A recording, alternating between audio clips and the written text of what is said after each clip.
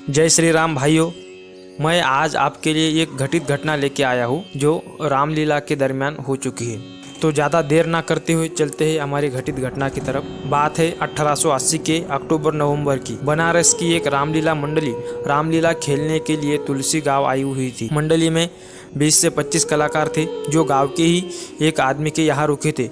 वे सभी कलाकार रिहर्सल करते, खाना बनाकर खाते थे। पंडित कृपाराम जी दुबे उस रामलीला मंडली के निर्देशक थे। कृपाराम जी बहुत ही अच्छा हारमोनियम बजाते थे।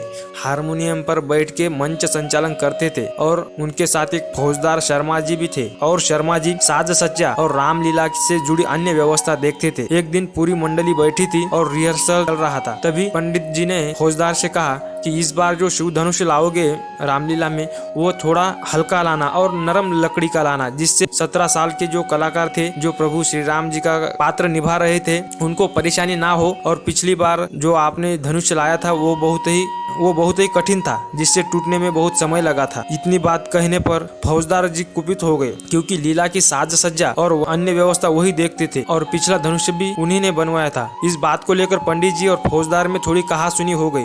फौजदार पंडित जी से काफी नाराज थे और पंडित जी से बदला लेने की सोच लिए। संयोग से अगले दिन सीता स्वयंवर और शिव धनुष्य भंग का प्रसंग था और फौजदार जिनके घर पर रामलीला की मंडली रुकी हुई थी उनके घर पर फौजदार जी चले गए और कहा कि रामलीला में एक लोहे के बड़ी छड़ी की जरूरत है, कृपया आप वह मुझे दे दीजिए।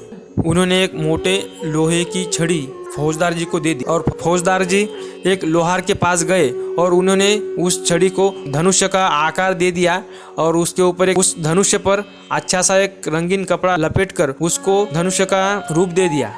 रात में रामलीला शुरू हुई तो फौजदार ने चुपके से धनुष्य बदल दिया और लोहे वाला धनुष्य ले जाके मंच के आगे रख दिया और खुद पर्दे के पीछे जाके तमाशा देखने के लिए खड़े हो गए। रामलीला शुरू हुई। पंडित जी हारमोनियम पर राम चरणों में भाव विभोर होकर रामचरितमानस के दोहे का पाठ कर रहे थे। हजारों की संख्या में दर्शक शिव धनुष्य भंग प्रसंग देखने के लिए मूर्तिवत बैठे थे। रामलीला धीरे धीरे आगे बढ़ रही थी। सारे राजाओं के बाद जब श्री राम जी गुरु जी की आज्ञा से धनुष्य भंग करने के लिए आगे बढ़े, पास जाके उन्होंने जब धनुष्य को हाथ लगाया तो धनुष्य उनसे उठा नहीं गया। राम जी बने कलाकार को सत्यता का आभास हो गया। उस 17 वर्षीय कलाकार ने पंडित कृपाराम जी दुबे की तरफ कातर दृष्टि से देखा तो पंडित जी समझ गए कि दाल में कुछ काला है। उन्होंने सोचा कि आज इज्जत चली जाएगी।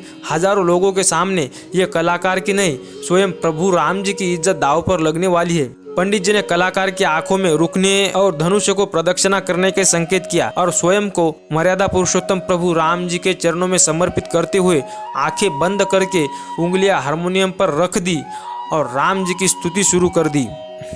जिन लोगों ने ये लीला अपने आंखों से देखी थी, बाद में उन्होंने बताया कि इस इशारे के बाद जैसे ही पंडित जी ने आंखें बंद करके हारमोनियम पर हाथ रखा, हारमोनियम से उसी पल दिव्य सुर निकलने लगे। वैसा वादन करते हुए किसी ने पंडित जी को आज तक नहीं देखा था। सारे दर्शक मूर्तिवत हो गए। नगाड़े से निकलने वाली परंपरागत आवाज भीषण दुदुम्बी में बदल गई। पेट्रोमिक्स की धीमी रोशनी आगे बढ़ने लगी। पूरा पंडाल अद्भुत आकाशीय प्रकाश से रह रह के प्रकाशमान हो रहा था। दर्शकों को कुछ समझ में नहीं आ रहा था कि क्या हो रहा है और क्यों हो रहा है। पंडित जी खुद को रामचरणों में आत्मार्पित कर चुके थे। जैसे ही उन्होंने चौपाई कहा, लेत चढ़ावत खैचत गाढ़े, काहू न लखा देख सब उठाड़े, तेही क्षण राम मध्य धनु तोरा, भरे भुवन धुनि घोर कठोरा। पंडित जी के चौपाई पड़ते ही आसमान से बिजली कड़की और मंच पर रखे लोहे के धनुष को कलाकार ने 2 भागों में तोड़ दिया। लोग बताते हैं कि यह सब कैसे हुआ और कब हुआ, किसी ने कुछ नहीं देखा, बस एक पल में हो गया। धनुष टूटने के बाद सब स्थिति अगले ही पल सामान्य सी हो गई।